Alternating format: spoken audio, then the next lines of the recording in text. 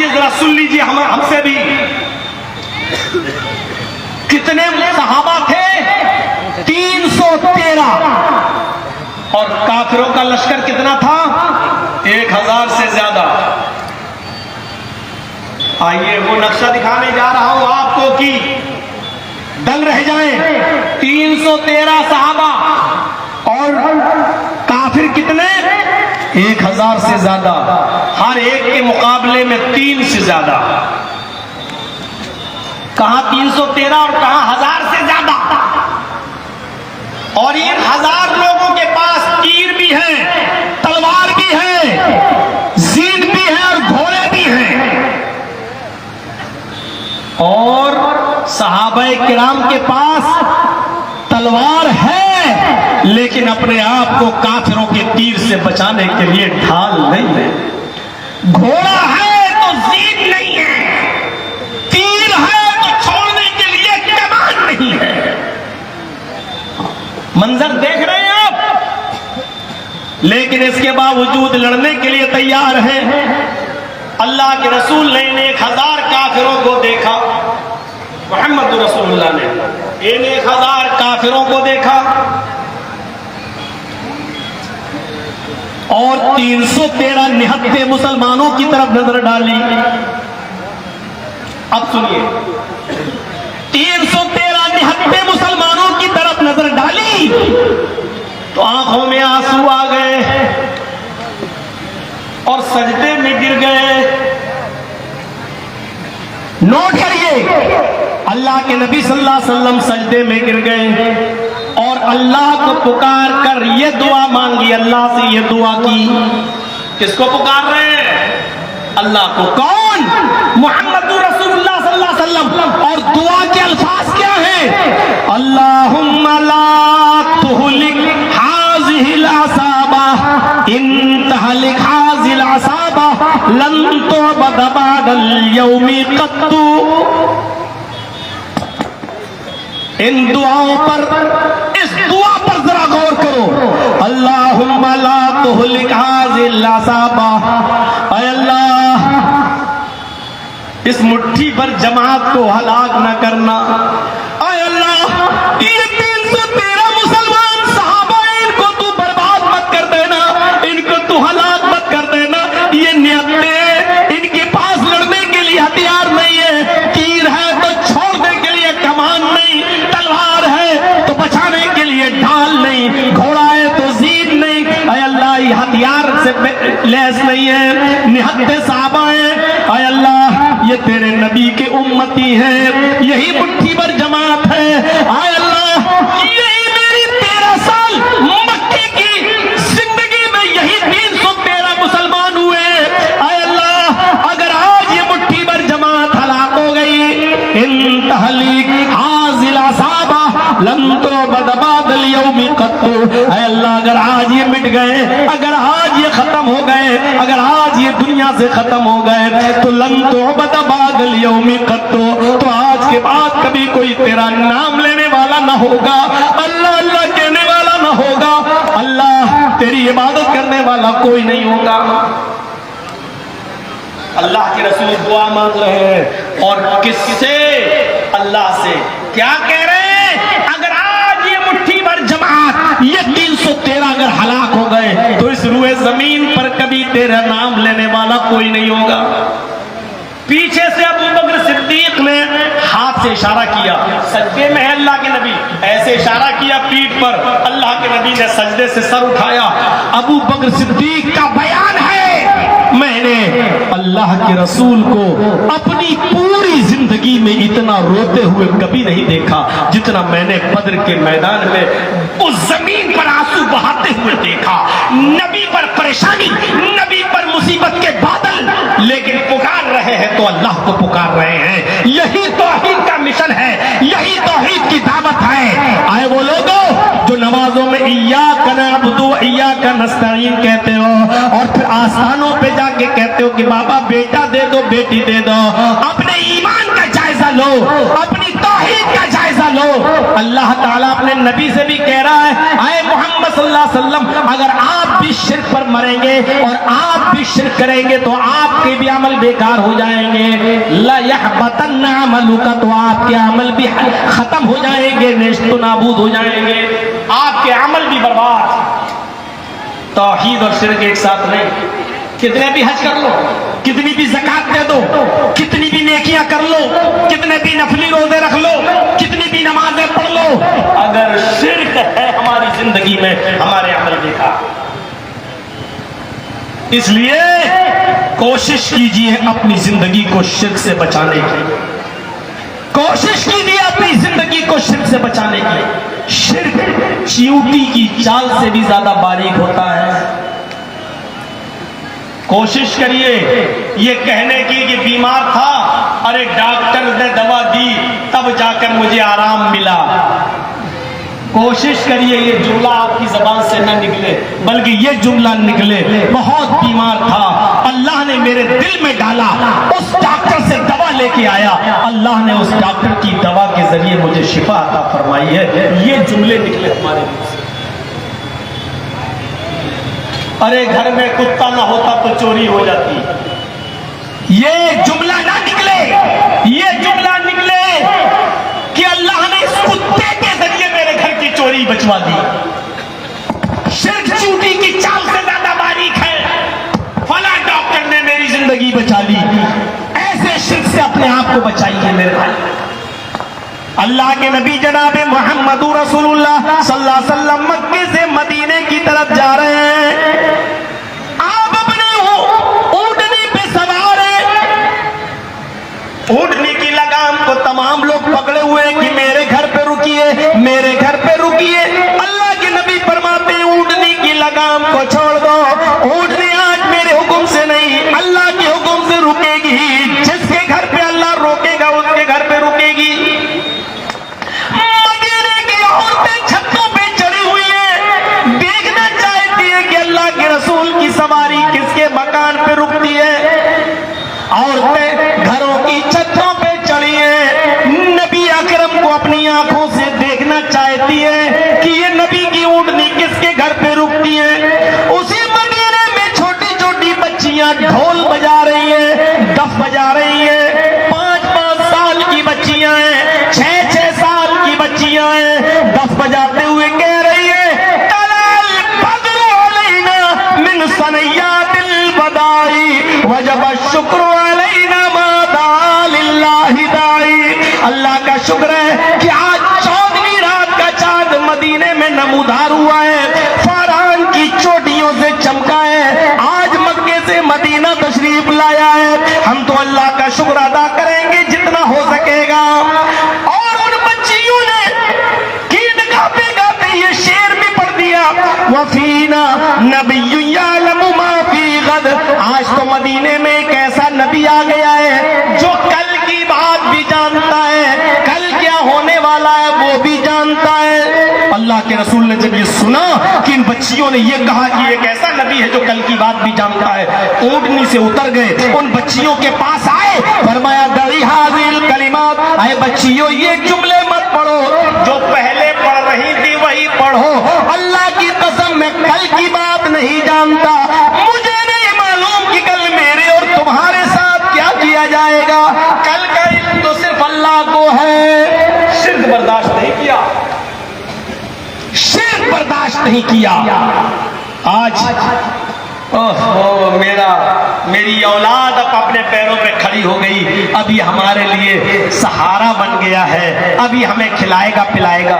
نہیں، کوشش کرو کہ ہمارے منہ سے جملے نکلے کہ اللہ نے ہماری اولاد کو ان کے پیروں پہ کھڑا کر دیا اور مجھے ان اولاد کے ذریعے اللہ رب العالمین میری پرورش فرمائے گا. یہ اولاد انشاءاللہ میرا سہارا بنے گی اللہ کی توفیق سے. یہ جملے ہمارے منہ سے نکلنا چاہیے. میرے بھائیوں، چیونٹی کی چال سے زیادہ باریک ہوتا ہے یہ شرک. کوشش کریے شرکیہ جملے ہماری زبان سے نہ نکلیں. آپ نے خولہ بنت سالبہ کا نام سنا ہوگا، ایک بہت ہی بزرگ صحابیہ گزری ہیں. ذرا سنیے گا نقشہ، منظر دیکھیے گا. ان کے شوہر تھے خولہ بنت سالبہ کے اوس ابن صامت ان کے ہسبینڈ تھے، اور کسی بات پر اپنی بیوی خولہ سے ناراض ہو گئے تو خولہ سے ناراضگی کے عالم میں کیا کہہ دیا؟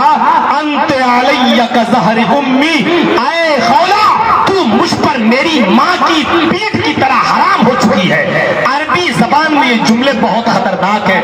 اگر کوئی شخص اپنی بیوی سے یہ کہہ دے کہ تو مجھ پر میری ماں کی طرح حرام ہے تو سمجھ لو کہ اس نے بہت بڑا جرم کیا ہے۔ اب اس جرم کی تلافی کیسے ہوگی؟ خولہ بنت سالبہ نے اوس ابن صامت سے کسی بات پر تھوڑی سی، میاں بیوی ہیں، ہوتے ہیں، دو برتن ہیں، کھڑکتے ہیں۔ اوس ابن صامت نے کہہ دیا کہ انت علی کظہر امی، تو مجھ پر میری ماں کی طرح حرام ہو چکی ہے۔ چل اے خولہ تو مجھ پر میری ماں کی طرح حرام ہو گئی ہے، جس طرح میری ماں مجھ پر حرام تو بھی حرام۔ خولہ بنت سالبہ نے بعد میں کہا ہے میرے ہسبینڈ اوس یہ تم نے کیا کیا ہے؟ یہ ہمارے چھوٹے چھوٹے بچے کہاں جائیں گے؟ اب زبان سے نکلا ہوا تیر کیسے واپس آئے؟ اس زمانے میں یہ تھا کہ جو شخص اپنی بیوی کو اپنی ماں کی طرح حرام کر لے تو اب اس سے مل نہیں سکتا تھا، بلکہ ماں کی طرح اس کو خدمت کرنا پڑتی تھی اپنی بیوی کی، کیونکہ اب وہ ماں، اب وہ بیوی نہیں رہی۔ اوس ابن صامت نے بعد میں بہت افسوس کیا کہ میرے منہ سے یہ جملے نہیں نکلنا چاہیے۔ میں آپ کو جو منظر بتانا چاہتا ہوں اس منظر کی طرف ذرا آئیے اور دیکھیے، میرے پیارے ساتھیوں اس منظر کی طرف ذرا آئیے اور دیکھیے۔ اوس ابن صامت کو افسوس ہوتا ہے، انہوں نے اپنی بیوی خولہ بنت سالبہ سے کہا اے خولہ تم محمد رسول اللہ کے پاس جاؤ اور اللہ کے نبی کو پوری بات بتاؤ، اللہ کے رسول کوئی نہ کوئی راستہ ضرور نکالیں گے، ہمارے اور تمہارے ملنے کا کوئی راستہ ضرور نکالیں گے۔ خولہ بنت سالبہ اپنی شکایت لے کر محمد رسول اللہ کے پاس آتی ہیں اور کہتی ہیں اے اللہ کے رسول میرے شوہر نے مجھ سے زہار کر لیا، میرے شوہر نے مجھے اپنی ماں کی طرح ہم کو حرام کر لیا۔ اے اللہ کے نبی میرے چھوٹے چھوٹے بچے ہیں، بچوں کو پیار تو میں دے سکتی ہوں لیکن کھلانے پلانے کی ذمہ داری اور کمانے کی ذمہ داری تو مرد کی ہوتی ہے۔ اے اللہ کے نبی میرے اور میرے شوہر کے درمیان کوئی راستہ نکالیے۔ اللہ کے نبی نے فرمایا اے خولہ تیرے لیے میرے پاس بھی کوئی راستہ نہیں ہے۔ دیکھیے نبی کی بھی چوکھٹ بند ہو گئی۔ اللہ کے رسول نے فرمایا اے خولہ تیرے لیے میرے پاس بھی کوئی راستہ نہیں ہے، اب تو اپنے شوہر سے الگ رہے گی، تو اپنے شوہر کے لیے حرام ہو چکی ہے۔ کہا اللہ کے نبی میرے شوہر نے مجھے طلاق تو نہیں دی، صرف ماں کی طرح حرام کر لیا ہے، صرف بول دیا غصے میں آ کر آپ تو نبی ہیں کوئی راستہ نکال سکتے ہیں۔ فرمایا خولہ اب میرے پاس بھی کوئی راستہ نہیں۔ مسند احمد ابن حنبل کی روایت کے مطابق خولہ نے اتنی ضد کی کہ اللہ کے رسول کوئی راستہ نکالیے کہ اللہ کے نبی صلی اللہ علیہ وسلم نے خولہ کو دروازے کے باہر کر دیا۔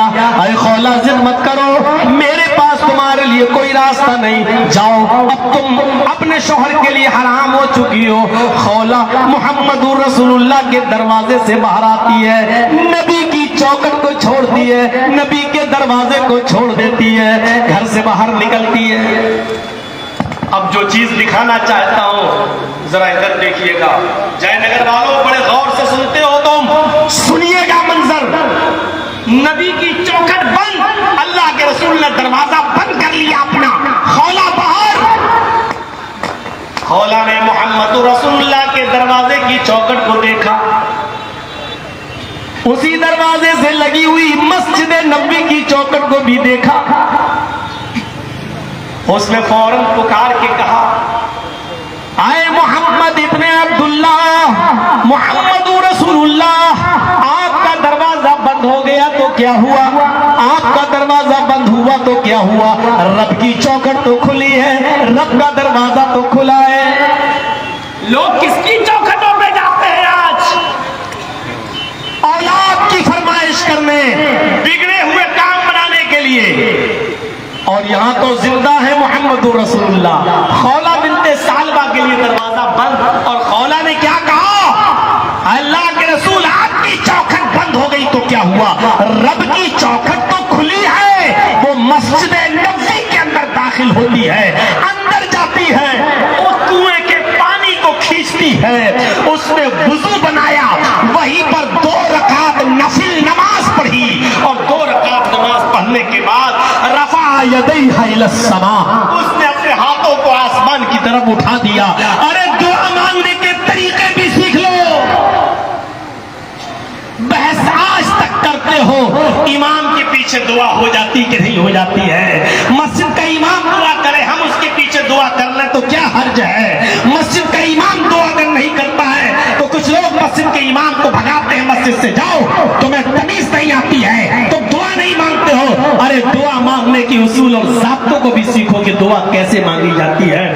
خولہ بنت ثعلبہ نے وضو بنایا، 2 رکعت نفل نماز پڑھی، رفع یدیہ الی السماء، اپنے دونوں ہاتھوں کو آسمان کی طرف اٹھا دیا اور اپنے رب کو پکار کر دعا کرنے لگی۔ اے اللہ، میرے شوہر کے درمیان کوئی راستہ نکال۔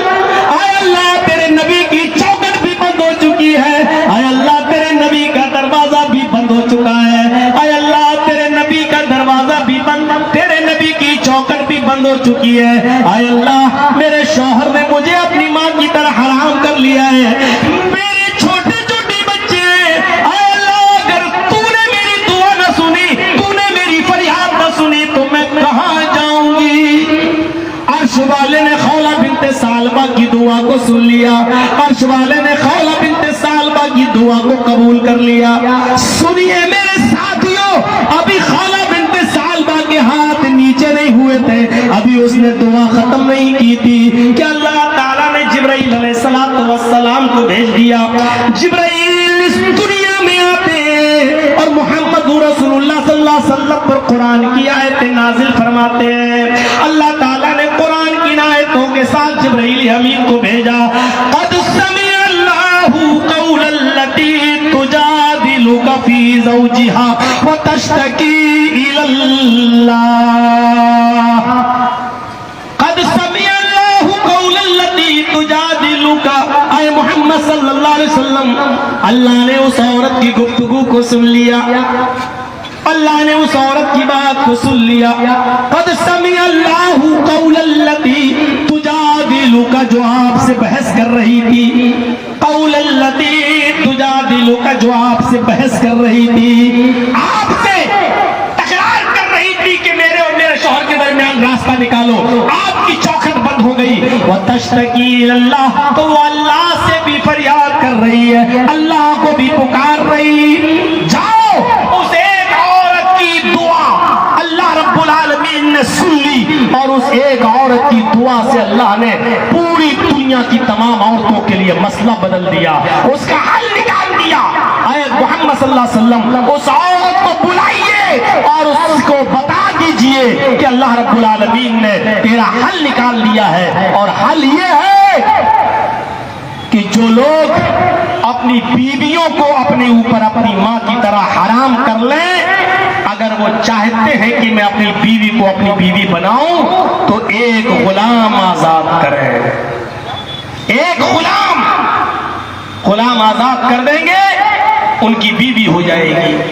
اور اگر غلام آزاد کرنے کی طاقت نہیں ہے تو 60 روزے رکھیں، 60 روزے جیسی رکھ لیں گے، پے در پے کنٹینیو لگاتار، بیچ میں کوئی ناگا نہیں ہونا چاہیے۔ بیمار ہو جائے تو الگ بات ہے، کوئی شرعی عذر ہو تو الگ بات ہے، لیکن اگر بیمار نہیں ہے، شرعی عذر نہیں ہے، تو کنٹینیو لگاتار 60 روزے، اور 60 روزے جیسی ختم ہو گئے تم اس کو اپنی بیوی بنا سکتے ہو۔ اور 60 روزے رکھنے کی بھی طاقت نہیں ہے تو 60 مسکینوں کو، فقیروں کو کھانا کھلاؤ، اپنی بیوی بنا لو۔ میرے بھائی، اس سے پہلے نہیں، لیکن راستہ تو نکالا، پہلے تو راستہ ہی نہیں تھا، حرام ہو گئی تو ہو گئی، اپنے آپ ماں کی طرح حرام کر لیا تو کر لیا، اب وہ بیوی بڑی نہیں سکتی تھی، لیکن اللہ نے اس عورت کی دعا کو سنا۔ یہی وہ عورت ہے، ایک مرتبہ ایک پل کے اوپر لاٹھی ٹیک کر کھڑی تھی، حضرت عمر فاروق کا گھوڑا آ رہا تھا، اس عورت نے اشارہ کیا، عمر رک، حضرت عمر رک گئے۔ خولہ بنت ثعلبہ نے انگلی کے اشارے سے کہا، عمر گھوڑے سے اتر، حضرت عمر گھوڑے سے اترے۔ اس عورت نے ان کے کان میں کچھ کہا، حضرت عمر نے اس کی خواہشوں کو فوراً پورا کیا۔ صحابہ تانا دینے لگے، امیر المومنین اتنے بڑے خلیفہ ہو کر، اتنے بڑے امیر المومنین ہو کر ایک معمولی عورت نے آپ کو ٹوکا اور آپ رک گئے، اس نے گھوڑے سے اتارا، آپ اتر گئے اور آپ نے اپنا کان اس عورت کے منہ سے لگا کر اس کی گفتگو کو سن لیا۔ ارے اس کو دربار خلافت میں بھی بلا سکتے تھے، اس کو اپنے پاس بھی بلا، آؤ، یہ بھی کہہ سکتے تھے چلو آؤ تمہیں کوئی کام ہے تو میرے دربار میں آنا۔ آپ نے اس کی آواز کو سنا، اتر گئے اپنے گھوڑے سے اور اس کے پاس چلے گئے۔ حضرت عمر نے روتے ہوئے فرمایا، اے میرے ساتھیو، یہ کوئی معمولی عورت نہیں ہے، یہ وہ عورت ہے جب اس نے پکارنا شروع کیا تو ساتویں آسمان پر بیٹھا ہوا عرش کے اوپر لگی ہوئی کرسی پر بیٹھا ہوا اللہ تبارک و تعالیٰ بھی اس عورت کی فریاد کو، اس کی دعا کو رد نہ کر سکا۔ اس عورت کی دعا کو ساتویں آسمان پر عرش والے نے بھی اس کی دعا کو قبول کیا تھا، اور محمد رسول اللہ کے پاس جبرائیل کو بھیج کر راستہ بتا دیا تھا کہ اس عورت کے لیے ہم نے راستہ بنا دیا ہے۔ اس عورت کی گفتگو کو جب عرش والے نے نہیں ڈالا ہے تو عمر کی کیا مجال جو اس کی گفتگو کو نہ سنے، پھر عمر کی کیا مجال جو اس کی گفتگو کو چھوڑ دے۔ میرے بھائیو، یہ خولہ بنت سالمہ